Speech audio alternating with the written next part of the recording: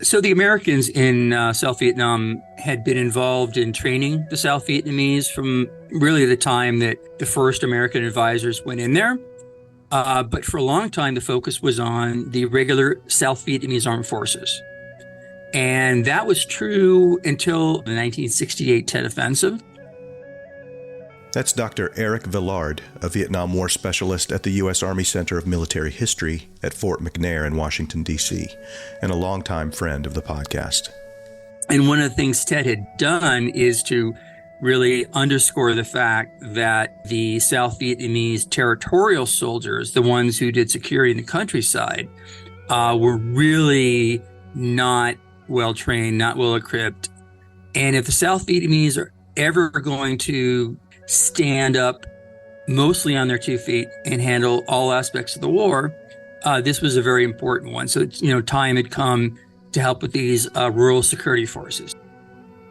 You probably already know that U.S. military advisors worked side by side with the South Vietnamese military during the war, but not a lot of people are aware of these mobile advisory training, or MAT teams, who worked with the regional forces and popular forces known as Ruff Puffs from 1968 to about 1971 or 72. Advising and training the Ruff Puffs was one of the keys to eventually being able to hand the war over to the South Vietnamese, as these were the units responsible for security at the village and hamlet level. The VC came into the villages. They had no respect for women or children or older individuals or anything. They often killed someone when they came to visit. And anything we could do to keep that from happening, the people appreciated that. That's Bob Blair, a retired Army lieutenant colonel who led MAT Team 44, based in Four Corps, in 1971. It was interesting, and it was rewarding to be out there. It was not, the safest job in Vietnam, but it was a good job, and I'm glad that I did that.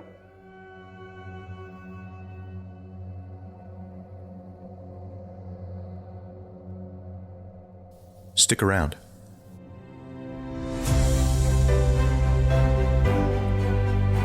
From the Vietnam Veterans Memorial Fund, founders of The Wall, this is Echoes of the Vietnam War. I'm your host, Michael Crone, bringing you stories of service, sacrifice, and healing from people who still feel the impact of that conflict more than 50 years later.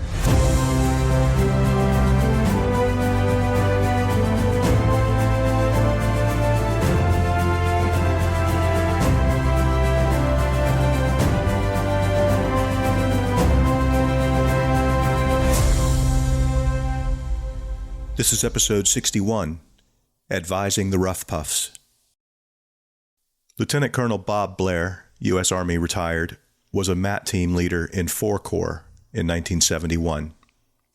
We talked in a meeting room at the public library in Camdenton, Missouri, back in September.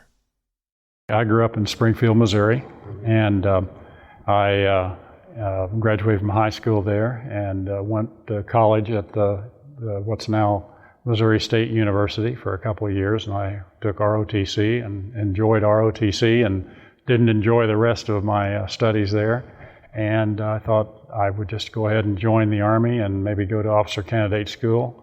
And so I joined the Army on the 12th of April, 1966, and went to Fort Leonard Wood, Missouri for basic training. And then from Fort Leonard Wood, I went to Fort Sill, Oklahoma for what they called advanced individual training, which in my case, I went to a specialized advanced individual training called OCS Prep, and I had already been selected for officer candidate school at that point, and then went to... So you must not have been too bad a student. I was good in math. Okay. I was good in math, so Right. So that made me a candidate for the artillery. Mm-hmm. And so I went to artillery officer candidate school at Fort Sill, Oklahoma, and which, by the way, is one of the best things I ever did. What made it so enriching for you? It showed me how to approach my studies and study properly, and gave me a grounding in what is important in life, and showed me a little bit of attention to detail. Well, not a little bit, a whole lot of attention to detail, and taught me about interacting with people there. Well, that all became very important later because you became a surgeon. It did, and I still think of Officer Candidate School. Pre-med? Little things from Officer Candidate School every day. Yeah, April of '67, I graduated from Officer Candidate School. Okay, and where'd you go then? I stayed at Fort Sill for another period of time, a few months, and I was a battery officer, a training officer in a training battery for cannoneers. And we trained young enlisted folks to become cannoneers in the artillery. And then sometime in that time period, the tensions grew pretty tight in Korea, and it culminated later on in the capturing of the Pueblo, as you can remember. And instead of my orders for Vietnam coming to fruition, they canceled almost all of my classes' orders, and we all went to Korea for a year, or 13 months. And I served as an artillery officer in Korea for 13 months, and then went from Korea to Germany for another 15 months as a staff officer at Division Artillery of the 3rd Armored Division, the assistant operations officer there, and then went from there to Special Warfare Center at Fort Bragg, and that was a course called the Mat Accords course, and it was a course for advisors.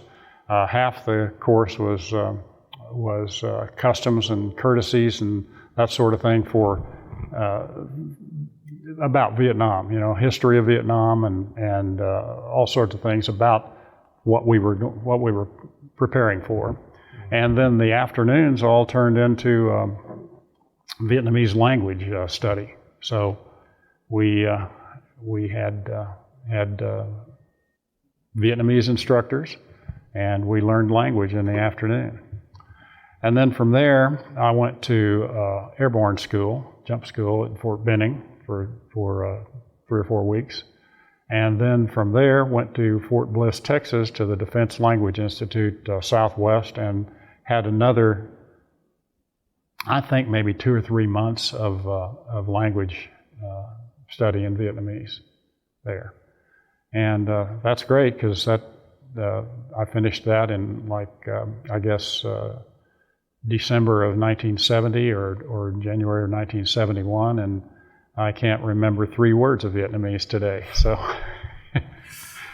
but anyway, so we were well prepared, the guys that went through my courses there, the Special Warfare Center at Fort Bragg, and then the Defense Language Institute at Fort Bliss. We were well prepared to become advisors. Now, had they put you through those courses with the aim of making you an advisor, or Yes. was it the other way around? No. We were pre-selected as advisors for some reason. So you knew you were going to Vietnam? I knew I was going to Vietnam, and I knew that I was going to be an advisor. Okay. While I was in Germany, I got orders for Vietnam. Okay. And on the orders, it had my schools that I was going to go to before I arrived. So it was pretty clear what was on the road ahead. So the Americans in South Vietnam had been involved in training the South Vietnamese from, a very early age, from really the time that 55 or so, the first American advisors went in there. But for a long time, the focus was on the regular South Vietnamese armed forces. And that was true until about 1968. And what changes, because the MAT program was started in March of 68. A couple things led to its creation.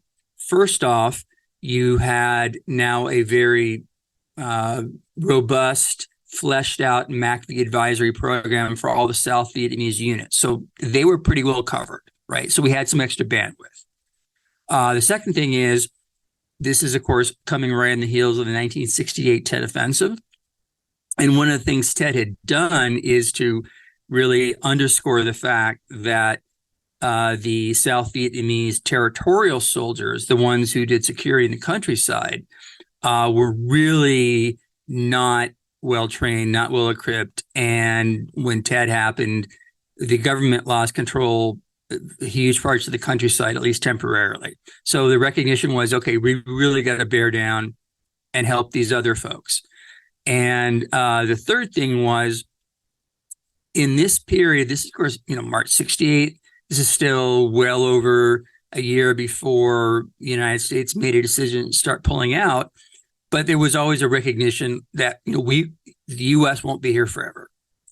And if the South Vietnamese are ever going to basically, stand up mostly on their 2 feet and handle all aspects of the war, this was a very important one. So, time had come to help with these rural security forces. So that's why they created these teams. Generally speaking, it would be 2 officers, 2 junior officers, 3 enlisted men, and a South Vietnamese interpreter. So these are, small teams, 6-person teams. And the focus of these teams was on what they called the regional and popular forces.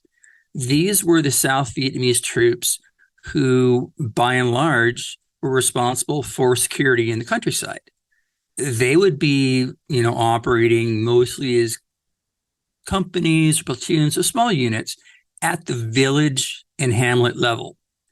And so these were the folks who actually bore the brunt of the guerrilla war. And were chiefly responsible for maintaining security of the population. The South Vietnamese regular armed forces played a role there well, but they were more focused on the big NVA and VC units. So it's these local guys, these territorial soldiers, as they called them, that needed the help. So that's why they created these MAT teams to go out and live and work with these regional and popular forces soldiers, and to give them training on weapons, tactics.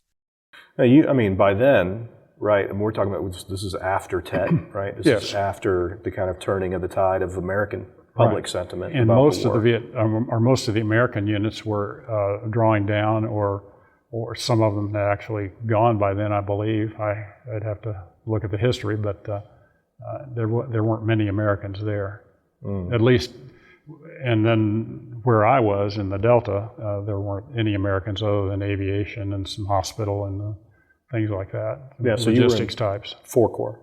4 Corps, yes. I was a captain at that time, and I had been a staff officer at division level, and had, I'd been around the Army a little bit at that time.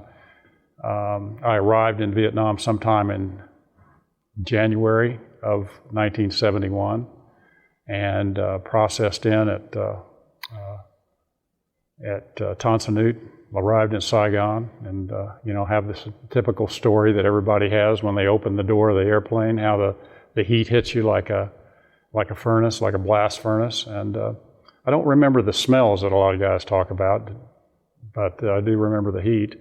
And we stayed in Saigon processing in for maybe a week or so, maybe a little bit less than a week. And then they sent us to another, believe it or not, another advisor course for about 2 weeks at a place called Xi'an. And at that course, they actually took us out and showed us MAT teams in the field. They worked some more on our language skills and talked about what we might be doing, where we were going. And so it was a big group. And then from there, we split out and went to the different corps that we were going to be deployed to, and started processing in there. While I was there, I met, I mentioned Chris Morbitzer, my good friend Chris, who is in fact on the wall. And Chris was also a MAT team senior advisor, team leader. And Chris wound up falling victim to some sort of a booby trap, and died in action there. Was he the first person you knew personally who was killed in action? No, I had known of other people that I had known, but he was the first real friend that I had that had died in action. Do you recall anything changing for you when you heard that news?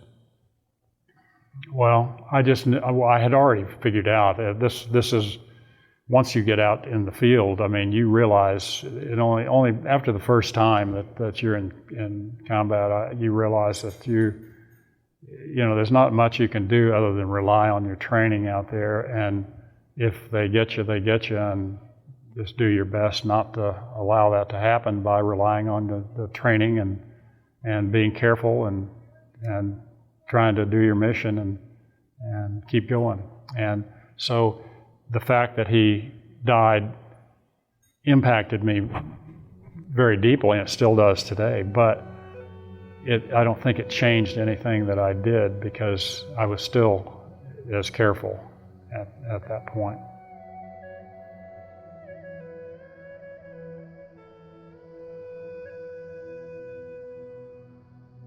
The nickname was Ruff Puff, RFPF, Ruff Puffs. Their reputation wasn't great, partly because they hadn't been well trained, they weren't well armed, often not well supported. But by '68, as they got more support, more training, and probably most importantly, they traded in their old World War II weapons for like M16s. So by '68, these Ruff Puffs, were approaching this sort of equipment and training of the South Vietnamese Armed Forces. So they were actually able to do a lot more. So again, when the MAT teams go in, they're not just a bunch of sad sacks. I mean, these are people who really want to, get the job done, and they start to have the equipment to do it. And so that is their focus.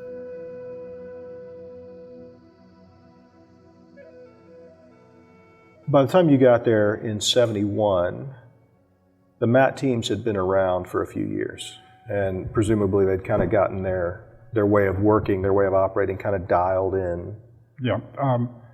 Team MAT 44, which was the team that I was eventually sent to, was formed in 1968, and they had 4 guys or 5 guys at that time on the team. Captain Ben Yeomans was the team leader at that time, and then Tom. There was a staff sergeant first class Smith was a medic on the team, and there were a few other guys. Also, a Lieutenant Jim Van Treese was the executive officer of the team at that point, and a couple of other fellows that I just don't have their names. And that team was on Phu Quoc Island in the same province, Kinh Yang province, which is the west coast of Vietnam, if you look at it on a map. And they were on Phu Quoc Island, and later on the team moved back onto the mainland. And by the time I joined it, we were in Kinh An province, or Kinh An district, I should say, of Kinh Yang province. And it was on a canal called the Can Gao Canal. Our team was, and we were in a little triangular-shaped bermed outpost with 30 Popular Forces soldiers, and we had. On my team, we had myself, we had Stu Ferguson was my executive officer. Bill Morgan was the captain that I had taken over the team from, and he stayed for a week or so after I got there. We had Sergeant Sam Yurdy, who was a light weapons infantry advisor. Sergeant D.D. Dalton, who was a heavy weapons infantry advisor. And then I had Doc Smith, and I don't know Doc's first name, but he was our senior medic. He was a SFC medic. And then we had an interpreter, Mr. Chi, who helped us with our language skills if we needed it, even though we had extensive language skills. Which reminds me of a story. I was sitting on the sandbag one evening talking to one of my counterparts, and he said, Dai Huy, which is captain. He said, Dai Huy, you speak Vietnamese like a Saigon school teacher. And it turns out, if you think back on it, those are the people that taught us. They brought over Saigon school teachers to teach the Americans Vietnamese. And so by the time I was there, I was pretty countrified in my Vietnamese, I think, by the time I'd been out there for a while. Mm. Considering that MAT 44 had been in place for a few years, how how did you find the condition of the popular forces, soldiers that you I was never disappointed in their warrior capabilities. The guys, they never ran. They stood and fought. They were there, ready to go anytime, all the time. They were ready to die for us. As a matter of fact, they didn't. I think maybe it was like they felt like they might lose face if they lost one of their Americans. So we were pretty well protected as well. If we would have been the last ones to buy it if something had happened. And I mean, things like that did happen. A friend of mine who's actually a retired dentist in Springfield, Missouri, Kurt Inman, he was a MAT officer and was overrun.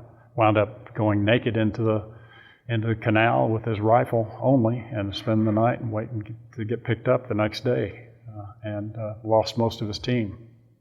So it happened. And on April 24th, 1971, it happened to my team, except we didn't get overrun. And because of some people you're familiar with, the Sea Wolves came and helped us out.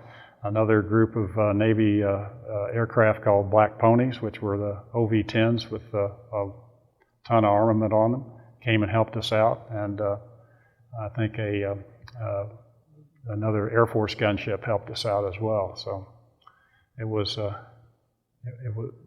an exciting evening, but nothing happened really bad to us. We'll be back with more after a short break.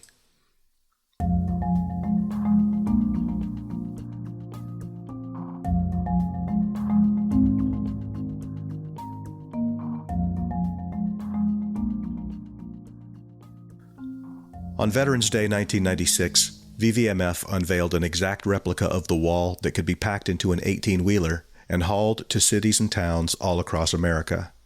Since then, the Wall That Heals has been displayed in nearly 700 communities throughout the nation, spreading the healing legacy of the Vietnam Veterans Memorial to millions of visitors. If you want to know more about this traveling exhibit and the impact it can have on a community, check out episode 15 of this podcast. It's one of my favorites. The Wall That Heals and the mobile education center that travels with it will be in Caldwell, Ohio, October 19 through 22, and Upper Providence Township, Pennsylvania, October 26 through 29. To see the rest of this year's tour schedule and to learn how you can bring the Wall That Heals to your town, visit vvmf.org. Hello, I'm Gary Sinise.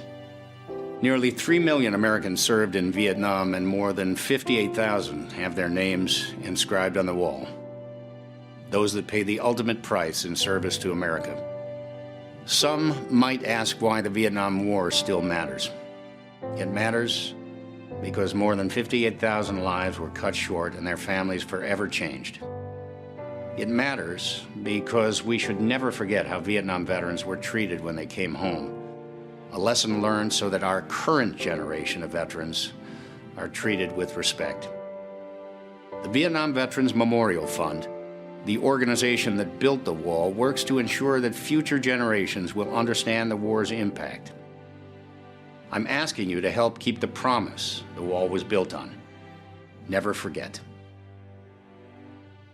Visit vvmf.org to find out how you can get involved. The Registry is an online community created by VVMF that connects veterans of the Vietnam War era with each other. By signing up for the Registry, you can upload and share stories and images, connect with others who served during the Vietnam era, and connect your service with people you knew whose names are now on the wall. Join the community and preserve your legacy or a family member's by signing up today at vvmf.org/registry.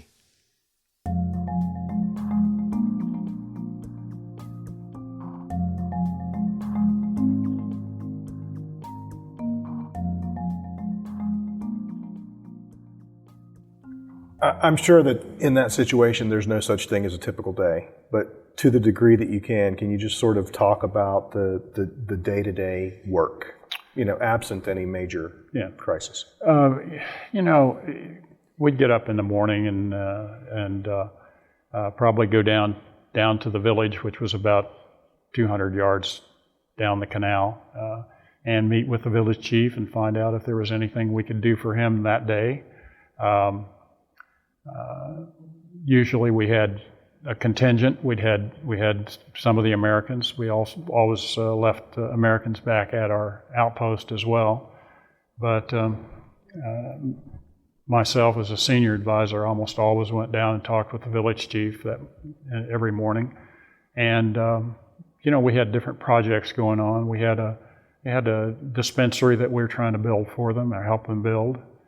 We had a little school house that we helped them with, and we brought in medical teams of American medical teams, dental teams to come in and treat the folks in the village and try to take care of their needs. We worked on some sewer type projects that they had undertaken there. We had people from the Department of Agriculture that came down and helped them with different types of rice, and we were kind of the liaison for all that sort of thing. So, by lunch, we usually had shaking hands with most of the villagers in the village square down there, and they usually took a 2-hour siesta for lunch, and then we'd come back and see if there was anything else we could do, and then we'd go back and maybe take a nap for a little while and then get ready to go out on an ambush that evening if we had an ambush planned. And that was kind of our day, and we went on night ambushes. We'd usually move out before dark, move to a point and kind of sit down and wait until dark, and then move out to where our ambush site was going to be located. And this is you advising the Vietnamese troops? Yes, and sometimes in the afternoon we would have classes on weapons, of one sort or the other. The non-commissioned officers would teach a class, or we'd talk about very, very basic small unit tactics, movement and maneuver and fire and maneuver and that sort of thing. And then the ambushes, not every night, but very often we'd go out on an ambush. There may have been a project in another hamlet in the village, and the hamlets were, I guess, maybe like townships would be the best way to describe those. And some days we'd get in a sampan. We'd just ask some farmer to take us to a different hamlet, because there were no roads in the Delta at that time, at least where we were, down in Kenyang province. Everything was, every bit of commerce moved on the canal, every bit of military moved on the canal. If it wasn't American, then they could fly. So all the VC moved by canal, all the NVA moved by canal. All their supplies? All their supplies moved by canal down there, because there wasn't any walking in that. Mm-hmm. And a lot of mangrove swamp and rice paddies. That was about all there was down there.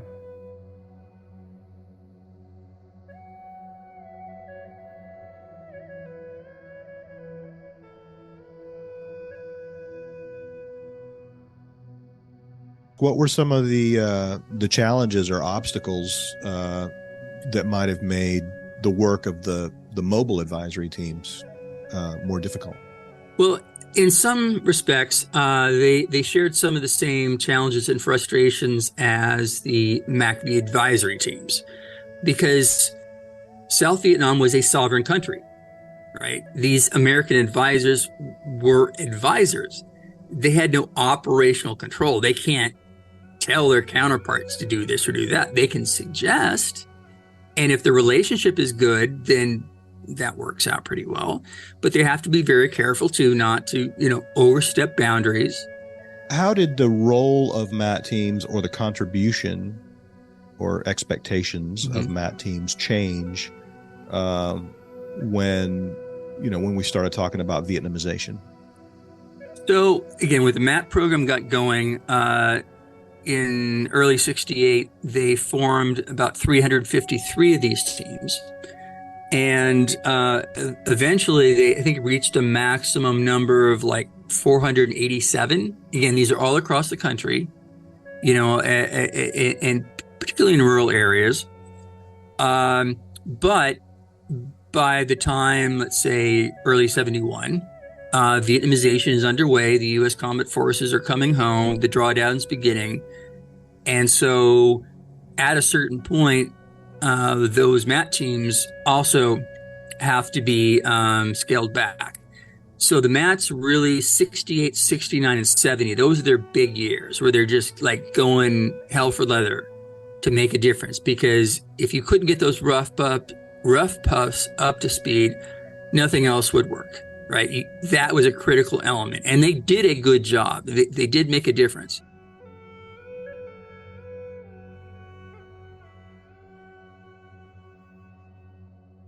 The M in MAT stands for mobile. Mobile Advisory Training Team. So can you talk a little bit about the mobile part of that? Well, the mobile meant that at any point in time we could be picked up and moved to a different platoon, let's say, of popular force or company of regional forces soldiers, and help them out. And while I was with MAT 44, I was never moved. We were in one position the whole time. You mentioned that by the time you got there, we were starting to pull some troops out of Vietnam. Yes. I don't remember when the term Vietnamization came up. Had it come up? Had you heard that term when you got there? Yes, we heard that term, Vietnamization, and that was part of the effort that we were involved in, is to try to get their people up to snuff. But I do believe, in my opinion, that the soldiers, the South Vietnamese soldiers, the regional forces, the popular forces, to that level at least, were pretty good soldiers at that point.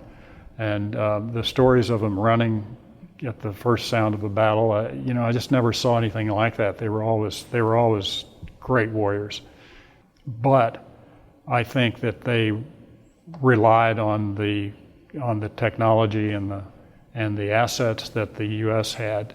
And once that was pulled, once the air was pulled, once the naval gunfire was pulled, then it was going to be the outcome that happened. I never thought about that. I mean, here you are advising them based on a certain set of circumstances, right? You're trying to get them up to the task of fighting it without you. But you're advising them and training them in a circumstance that's going to completely change when you pull all your guns out. That's exactly right. We had the Vietnamese Air Force, and I flew with many, we called them VNAF, Vietnamese Air Force pilots in Hueys, and they were all top notch. I never had a problem with the helicopters, and they were all intrepid enough to do what we needed them to do. Nobody balked at going in where we needed them to go in, or doing any mission that we asked them. But once we pulled all the support, then I think the writing was on the wall at that point. I guess I'm surprised that in 1971, after having fought that fight when did they start fighting each other? 56, 57? Right. And prior to that, having fought the French? Yes. That these guys needed advisors. They were well battle-hardened by then. They were, and that's, my soldiers were great soldiers. The platoon leader was Mr. Duke, and Mr. Duke would stand up and he would walk around in the heaviest fire and never blink an eye, and would be directing fire and directing maneuver, and never gave it a second thought. He was a fine soldier. His Drinking habits, on the other hand, maybe not so much, but he was a great soldier. Did you advise him on that? I advised him, don't do that as much. Right. And I always hear the old adage, when I left, we were winning. And it seemed like that to me because we had made some real friends of the Vietnamese in our area. And if the, let's say the tax collectors or the recruiting guys for the Viet Cong were going to show up in our village anytime soon, we knew about this, and that hence the ambushes that we were able to set up, and lots of times they were successful. But when we saw what happened when those people, the VC came into the villages, I mean, they had no respect for women or children or older individuals or anything. I mean, they often killed someone when they came to visit, and anything we could do to keep that from happening, the people appreciated that, and they appreciated that we were trying to help them with rice. Although they'd been cultivating rice for like 10,000 years or something, right. Or something. I don't know, but it. I think they really did appreciate what we were doing. It seemed like we never had any issues, and they were all very friendly, at least as far as we could tell. And actually, the longer I was out there, the more you could tell that, because you got more familiar with the way the language was and the way the nuances of communication were. It just worked out, and of course we had the interpreter that could tell us anything that was technical in nature or anything like that. But it was interesting, and it was rewarding, in my opinion. It was rewarding to be out there. It was not the safest job in Vietnam, but it was a good job, and I'm glad that I did that.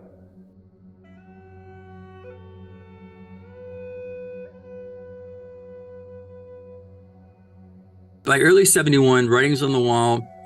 The U.S. is beginning to really draw down. And so what happens is the South Vietnamese themselves take over. So South Vietnamese regular forces by that point, had many, many years of training with the Americans and started their own MAT teams, which was the point all along. I mean, you want that. Yeah. That would be preferable. I mean, the MAT teams were only a temporary measure. So, by the end of 71, the MAT teams are down to about 66. So 71, they go from the high point and then really start drawing down quickly as the South Vietnamese take over, which was always the point.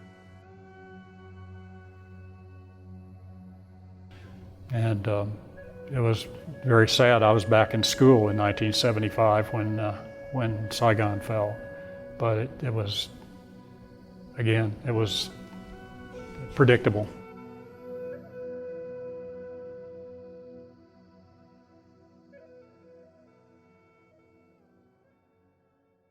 Other than maybe not being surprised, did you have any other reaction?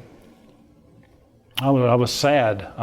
And I was worried about the people that we knew there, that had worked with us. We had both in the MAT team, all the PF soldiers, they had their wives and their kids at that little outpost, and I just wondered what happened with that outpost. Did they just walk in and say, all you guys are now VC, or what happened there? I don't know. And the MAT teams, I think, were a very important part of that time frame that we were there in, from 68 through 74, whenever they deactivated all the MAT teams. It may have been 73 that they finished them up.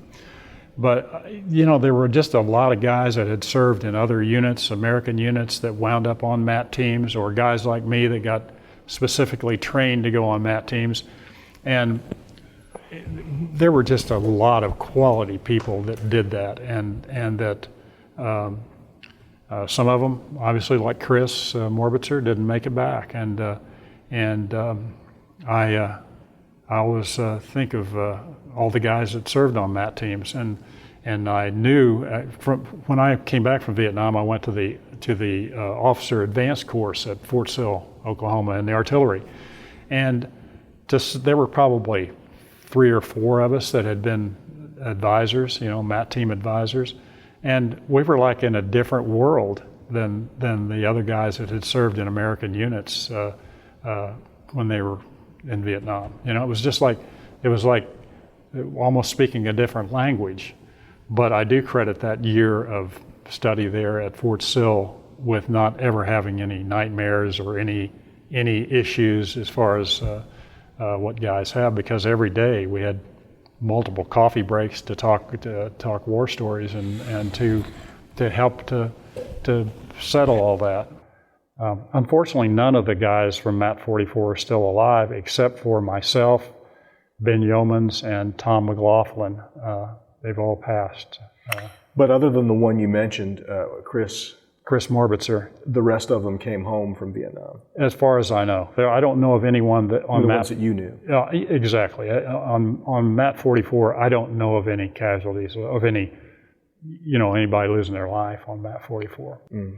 Now, I know that other MAT teams weren't nearly as lucky as we were, and even though we had, several engagements with VC and maybe even North Vietnamese regulars, we just were always in the right place at the right time and had the right support from, again, your Sea Wolves or the Black Ponies or even sometimes Army aircraft or Air Force F-4s sometimes would come in and help us out.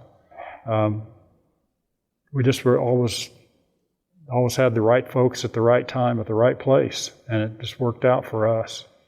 And I wish it could have worked out for a lot of other people that way, same way, but it didn't. I do think it's probably one of the less well-known aspects of the war, and I think if people heard of it, it'd probably be very easy to confuse them with the MACV advisory teams. It's an interesting aspect of the war and one that is still with us. The United States has always had a advisory element to it. We do now, helping, let's say, the Ukrainians, all the other folks that we're helping. Of course, they look at Iraq and Afghanistan. And of course, they look back to Vietnam to try to learn some of those lessons. One of those lessons, of course, is that there's only so much you can do. And so this is one of the reasons I think we should remember the MAT teams and other folks who did that in Vietnam.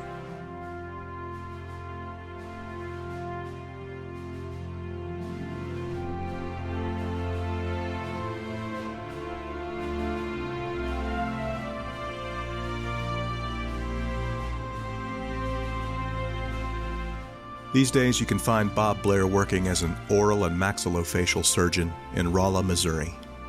We're grateful to him for sharing his story, and to my Seawolf buddy, Tex Morgan, for making the introduction. And special thanks to Dr. Eric Villard, who provides invaluable historical context for so many of the stories we tell here on Echoes. Believe it or not, you can't always take Wikipedia at face value, and Eric has kept me from stepping in it more than once. His book, Combat Operations, Staying the Course, October 1967 to September 1968, is available at Amazon and at history.army.mil. His follow-up to that book will be coming out next spring.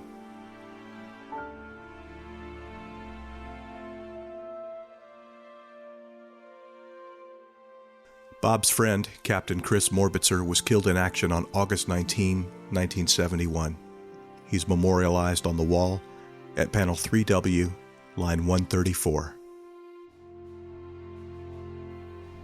We'll be back in 2 weeks with more stories of service, sacrifice, and healing. See you then.